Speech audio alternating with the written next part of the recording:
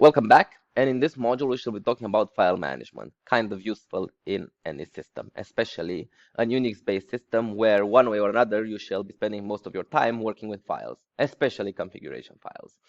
So, how do we list files? We already went through the ls command, but now I shall be showing you what the -l option or long listing actually does and what it actually refers to. So, let's do a clear and let's use the -l option. This refers to long listing and it gives us additional information on the contents of this directory. So, what does the first column refer to? Well, the first column represents file type and the permissions given to a file. We shall be going into permissions in a future module, but this is what the R, W, and X refer to. The second column represents the number of memory blocks which are occupied by this file or directory. The third column represents the owner of that file or directory, while the fourth column represents the group owner, and we shall be talking about group ownership further down in the course. After that, the fifth column represents the file size in bytes, while the sixth column represents the date when the file was created or modified, and the last column just shows its name. Now, let's move on to hidden files. Well, what we see here are not the totality of files which are present in this directory. Linux also has hidden files which usually start with a dot. These usually contain configuration information. In order to be able to see these files, I would use the -a option, and I have them here at this point in time. If I were to read one of them, such as bash history, I can see specifically the history which the user Andrei has typed in his bash. Quite interesting, not a lot of few commands because I mainly use the root administrator. But we can see hidden files with the -a option. So let's move forward into basic file management. How do I copy files? How do I rename files? How do I create directories? Well, let's start with copying files. So in order to copy a file, we shall be using the cp command, the cp which stands for copy. The first argument is the source, the second argument is the destination. So if I were to create a file, which I would call it copy, then I would put something in this copy. Let's just populate it with this. And let's now copy it. Cp copy, and we'll create a file copied. And now if we read the contents of the new file, we can see it has been adequately copied. Now, how do I rename files? Well, I use the move command for this. The move command can be used for either moving a file to another path, or if I have the same path, I can just rename the old file. Move copied, and I will give it the name moved now. And we can see that copied has disappeared and moved has taken its place, which has the same contents as the copied file. If I want to remove a file, I will have to use the rm command, which stands for remove. I can remove the file called softlink, and it will prompt me for the removal. I need confirmation. If I want to go ahead without confirmation, I can add the -f option and no confirmation will be required afterwards. If I want to remove multiple files, I can use the remove command and just put all of the files which I want to remove one after the other. And I have removed all of them. When it comes to directories, I can create a directory using the mkdir command. And I will put this as new directory. And we see that it is now created. If I want to remove a directory, I can use the remove directory command, and this will remove my directory. The problem with this particular command is that it cannot remove directories which contain additional information or additional files. Let's do this again, and I'll also add something to that directory. Touch, new directory, Andrei. Now let's try to do this again. And it cannot because it is not empty. In order to remove a specific path and all the contents of that path, I can use the remove command -r option for recursive removal. And now I specify new directory. And it will ask me, shall I descend into the directory? Yes. Shall I remove the file called Andrei? Yes. Shall I remove the directory called new directory? Yes. I can bypass the need for putting yes by adding the -f option. So let's move a bit forward. Now that we know how to manage files, we also need to understand how to locate files. The command, also known as find, allows you to search for files for which you know the approximate file name. The simplest form of the command searches for files in the current directory and recursively through its subdirectories that match the supplied search criteria. Find actually starts from the starting point and goes lower in the file system hierarchy to search. So the starting point will also determine where it can actually go, how many levels it can go lower in the file system hierarchy. If I start from the base, it will go through the entire file system. So let's use find a bit. Well, the first thing that I would like to show you is the manual page for find, and at the end, using Shift G or capital uppercase G, I can find a lot of examples on how to use the find command for different purposes. I will go in a few of these purposes. So the find syntax is kind of like this. Find, then you put the options, you put the starting path, and you put what it is searching for or the path expression. As an example, if I want to search in the current directory, and I would be searching for files which have the name, let's say -name Andrei. And it shows that I do have a file called Andrei in /testers, and it is there. If I want to do an case insensitive search, as most time Linux is case sensitive, I would put iname and I could just write like this and it will still find it, as now it is insensitive. If I want to search the entire file system for files which have the name Andrei, I would put / because that serves as the root directory for the Linux file system hierarchy. Maybe I want to find a file which is empty. Type file empty, and this would search for empty files. And if I want to search the entire file system, I would add this and it will go through the entire Linux file system hierarchy. As you can see, whenever you do use the find command, it goes through the entire Linux file system hierarchy. And that might actually be resource intensive and time consuming. And this is why we have another type of command, which is called locate. The locate command is faster than the find command because it doesn't search the entire Linux file system hierarchy whenever you type it. It has a built-in database which is refreshed on a daily basis, and it can return absolute path names from that database. But there is a downside to the locate command, even though it is faster. So let's create a file called locate me. And let's try to locate it using locate. It did not. Why? Because this file was created, well, just now, while the locate database is refreshed on a daily basis, so that means that it was not able to locate this file as it's not in its built-in database. In order to force the update of that database, we need to use the updatedb command. This would force locate to update this database, so now I should be able to find it instantly. Keep that in mind. Let's clear the screen. And let's continue with mounting. So what is mounting?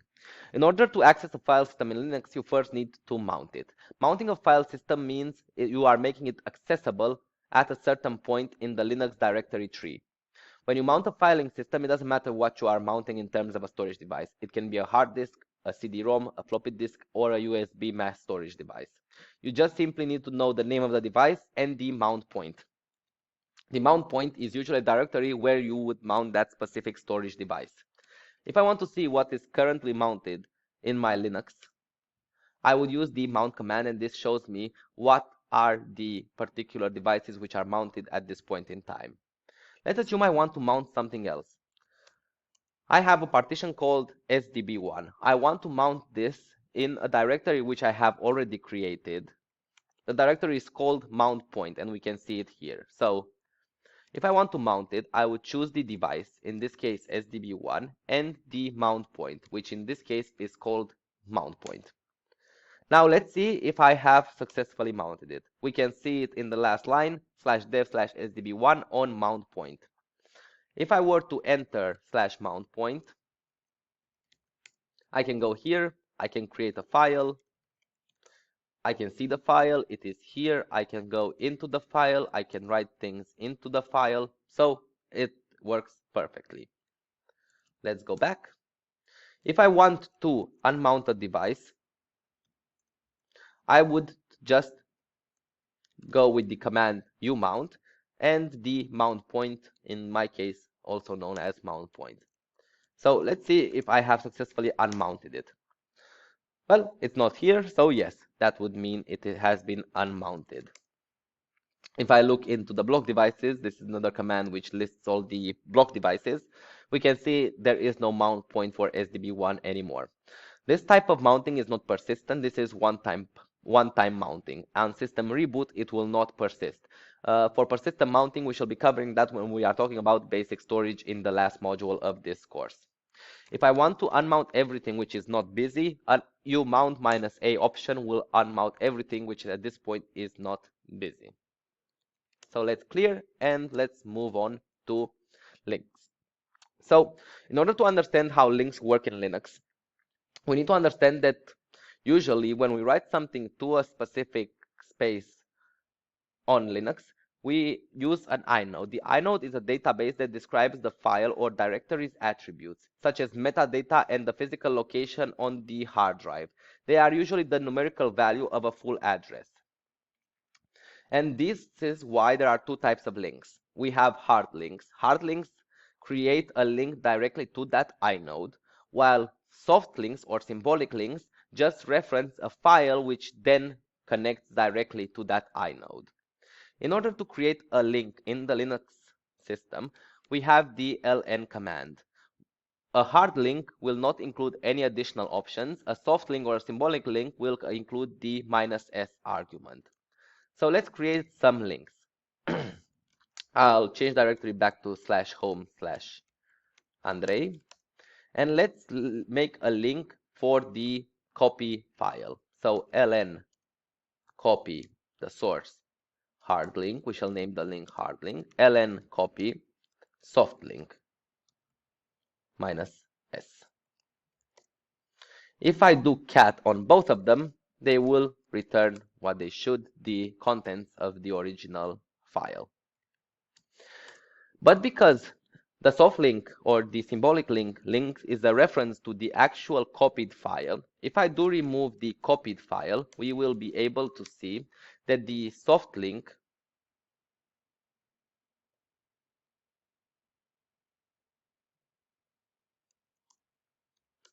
does not work anymore. Why do you think is that? That is because at this point in time, what happened is that the hard link is still active. It still points to the same inode. So nothing has been actually affected by me removing the copy file. The soft link, on the other hand, does not work anymore because it used to reference a copy file, which then would go to the inode, but because the copy file does not exist anymore, there's nothing actually to reference. So it's non-functional. That's why it's blipping red. So this would be the main difference between hard links and soft links. Hard links refer directly to the inode. Soft links or symbolic links refer to the file, which then refers to the inode. So in the last thing which we will be covering during this module is making archives and compression. The tar command is used often to create archives in Linux. These are also known as tarballs. This has a lot of options, but you just need a few to be able to create, extract, and view archives. And you can also add compression to those archives using tar. So let's create some archives. I will first remove some things here. So let's create an archive. I will create a set of documents called archive from 1 to 3. They're present. In order to create an archive, I'll use the tar command, -c for creating the archive, v for verbose, and f to specify the file name. The archive will be known as myarchive.tar, and it will contain archive1, archive2, archive3. Now we can see the archive has been created. Let's remove archive1, archive2, archive3, just to be sure. And let's view the contents of this particular archive. tar tvf for me to be able to view the archive, my archive, and we can see the contents. If we want to extract the archive, we replace the T with an X. I have successfully extracted the archive. The archive 1, 2, and 3 are present now. Now, if I wanted to add compression, I could add it directly from tar by adding the -z for gzip, -j for bzip2, or -J for xz. Or I can archive it using or I could compress it using the compression utilities built in Linux. Linux has a lot of compression utilities, but the most used are gzip, bzip2, zip, and xz. To see how we can use this particular compression utilities, I can use the help option, and this gives me a very good overview on how to use these particular utilities. So let's assume that I want to archive, or I want to compress the myarchive.tar gzip, and I just specify the file which I want to compress. And as we can see, the gz termination has been added. It is a compressed archive with the gzip compression algorithm. If I want to decompress it, as the help says, I would have to use the -d option.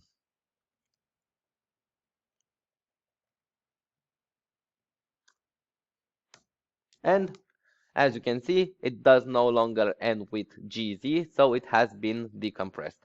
And we have the same type of options for all of the utilities which we have in this particular slide. If we go for bzip2 -help,